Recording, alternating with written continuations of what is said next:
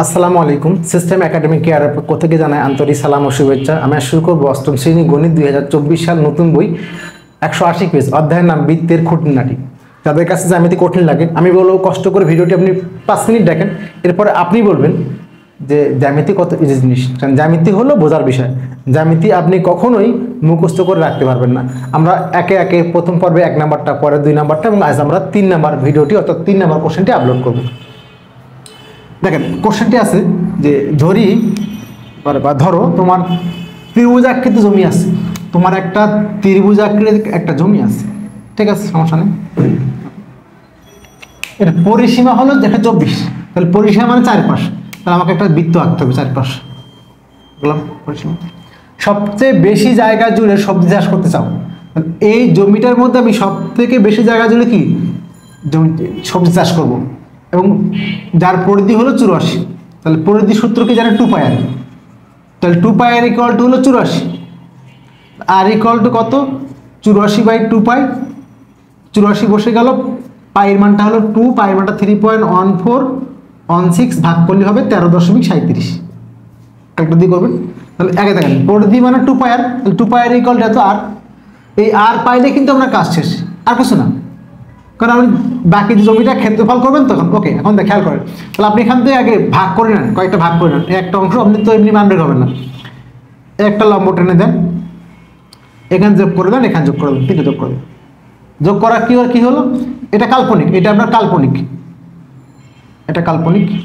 খেয়াল করবেন এই যে আর, এই যে এখান থেকে এই দূরত্ব, কেন্দ্র থেকে সবার দূরত্ব সমান হয়, সবার দূরত্ব কি সমান হয়, এই জন্য এই মানটা আমরা আর ধরে নিই, এটা না, এটা ঠিক থাকবে, এই মানটাকে আমরা আর ধরে নিব, এটা কি ধরবো আর ধরবো, এটাকে আর ধরবো, এটাকে আর ধরবো, আর বাকি মান যা খুশি, এটাকে এ ধরছি, এটা বি ধরে নিচ্ছি, সি ধরে নিচ্ছি, সমস্যা নেই।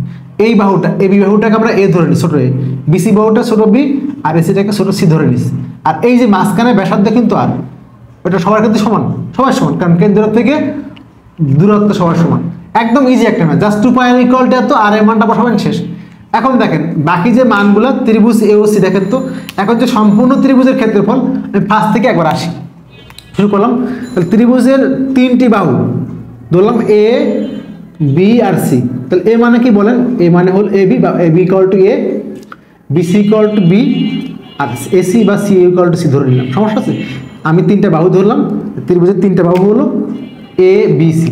কেন ধরলাম, যখন আপনি ক্ষেত্রফল করবেন হাফ ইন্টু ভূমি ইন্টু উচ্চতা, জেড এ লিখবেন, এই জন্য উচ্চতাকে আমি জাস্ট এই ভূমিটাকে এ ধরে নিচ্ছি, এ বি বাহুটাকে আমি এ ধরে নিচ্ছি। আমি কেন কালার করে দেখাই, এই যে এখানে এ বিটাকে এ, বিসিটাকে বি, আর এ সি এটাকে বেসিটাকে আমরা সি ধরে নিচ্ছি। ওকে ওকে, এবার আর কিছু নেই, পরিধি বলছে, পরিধি 84, তাহলে পরিধি মানে কি 2 পাই আর, তাহলে আর ইকুয়াল টু কত 84/2 পাই, তাহলে 84 আগে বসে গেল, 2 পাই, 2 পাইয়ের মানটা 3.1416 ভাগ করে দেন 13.37, অনেক ইজি একটা ম্যাথ, আর বের হয়ে গেল। এখন দেখেন আপনি চাচ্ছেন সম্পূর্ণ এ বি সি এর ক্ষেত্রফল, তাহলে এবার দেখেন আমি এখানে এঁকে দিই, এ বি সি ত্রিভুজটা দেখেন তো কি ভাগ হলো, আমরা এখানে আগে লিখে নেই এ ও সি, এই যে এ বি সি দেখেন আমরা এখানে লিখি হলো এ ও সি, খেয়াল করবেন এখানে এ ও সি একটা হয়ে গেল। এবার এটা যোগ করে দেন, এটা তাহলে ও এ বি হয়েছে, আর এটা যোগ করেন ও বি সি,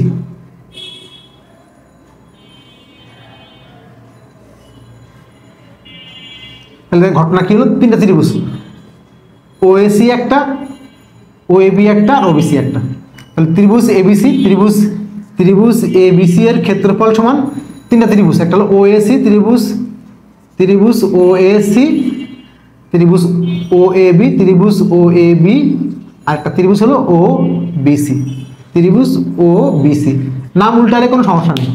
ওকে, এখন দেখেন এটা কিন্তু আর, এটা কিন্তু সবাই আর, এটা আর, এরও আর, এরও আর, এই ত্রিভুজের ক্ষেত্রফল ও এ সি, তাহলে এইটুকু নিচ্ছি, কালার করে দিলাম, আমি এটুকু নিচ্ছি, তাহলে এর ক্ষেত্রফল কি হাফ ইন্টু ভূমি ইন্টু উচ্চতা, এটা হলো এ, এটা হলো বি, এটা হলো সি, তাহলে হাফ বসে গেল, ভূমি কত এ, উচ্চতা কত আর। ওকে, এটা নেন এখন এই যে ও এ বি, এর একই জিনিস হাফ ইন্টু ভূমি কত, এখানে ভূমি, এখানে আমরা এটা আগে নিই, আমরা একটু ভালো করে লিখি আরেকবার, তাহলে প্রথম এই ত্রিভুজ নিব, তাহলে ত্রিভুজ এ বি সি এর ক্ষেত্রফল সমান ত্রিভুজ এই এখান থেকে এই ত্রিভুজটা আগে এটা নিব ত্রিভুজ, কারণ এভাবে লেখা আছে এখানে জন্য যে কোনো একটা নিলে কোনো সমস্যা নেই। ত্রিভুজ ও বি ক্ষেত্রফল, ও বি সি ক্ষেত্রফল, ত্রিভুজ ও বি সি এর ক্ষেত্রফল আর ত্রিভুজ ও এ সি ক্ষেত্রফল, ত্রিভুজ ও এ সি এখানে লেখা আছে, বাট আমি দেখালাম কেমনে আসছে। দেখেন ত্রিভুজ ও বি মানে কি, হাফ ভূমি কত এ, উচ্চতা কত আর, সবার উচ্চতা আর, ও বি সি এই ত্রিভুজ ভূমি কত বি, তাহলে হাফ ইন্টু ভূমি হলো বি, উচ্চতা আর, একবার ভূমি হলো এ, একবার ভূমি বি, একবার ত্রিভুজ ও এ সি, তাহলে হাফ ইন্টু ভূমি হলো এই যে সি, উচ্চতা হলো আর। সমস্যা আছে? একবার ভূমি এ, একবার ভূমি এ, একবার ভূমি বি, একবার ভূমি সি, এই যে একবার এ, একবার বি, একবার সি, এটা ভূমি এটা ভূমি, বাট এ বি না লিখে এ লিখছি, তাহলে আপনার বুঝতে সহজ, মানে সমস্যা নেই কিন্তু, না ধরলেই কোনো সমস্যা ছিল না। আপনি যদি এ বি লেখেন কোনো সমস্যা নেই, কিন্তু এ বি লেখেন সমস্যা নেই, ছোট হয়ে গেল একটু। এখন দেখেন সবার মধ্যে এই আর ফিক্সড, ওই আরটা কমন নেন, এখানে আর গুণচিহ্ন দিবেন না, নিলে এখানে A plus B plus C. এখন দেখেন এ প্লাস বি প্লাস সি মানে কি বলেন তো, পুরো চারপাশ, পুরোটা কি চারপাশ।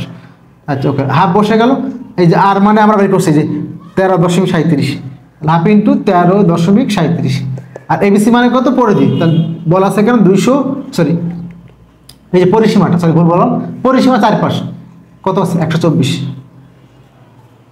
এখন দেখেন আপনি এখান থেকে সবগুলো থেকে আর মিলে আছে, আর কমন নিয়ে নেন, তাহলে হাফ ইন্টু এ প্লাস বি প্লাস সি, এ প্লাস বি প্লাস সি মানে কিন্তু পরিসীমা না, মানে পরিসীমাটা, এই ভিতরটা কিন্তু পরিধি, বৃত্তটা কিন্তু পরিধি, আর এই যে এইটা মিলে যোগ করলে পরিসীমা, পরিসীমা মানে চারপাশ, এটা এক পাশ এক পাশ এক পাশ, পরিসীমা মানে চারপাশ, আর পরিধি মানে বৃত্তের পরিধি, বৃত্ত থাকতে হবে, এক কথা পরিধি বললে কি থাকতে হবে, বৃত্ত থাকতে হবে, এটা এই যে বৃত্তটা পরিধি এটা, আর পরিসীমা কোনটা চারপাশ, তাহলে এইটা যোগ এইটা লিখে নিতে পারেন এখানে, এখানে একটা লিখে নিতে পারেন এখানে 54, এখানে A plus B plus C equal to 124 দেওয়া আছে, লিখে নিন সমস্যা নেই, ঠিক আছে। তাহলে এখন আপনি এর মানটা বসান, 124, 2 দিয়ে কাটেন, 2 1 2, 62 2 124, 62 আর এটা গুণ করলে হবে 828.94। এখানে একটা করা আছে, এই হলো আমাদের 3 নাম্বার কোশ্চেন। আমি আমাদের লেখার সুবিধার্থে আমি একটু স্ক্রিনটা বড় করে দিলাম, আপনারা দেখে দেখে লিখে নেবেন। আশা করি বুঝতে পারছেন। সিস্টেম একাডেমিক কেয়ার পক্ষ থেকে আন্তরিক সালাম জানিয়ে শেষ করলাম আজকের মতো ক্লাস। আল্লাহ হাফেজ।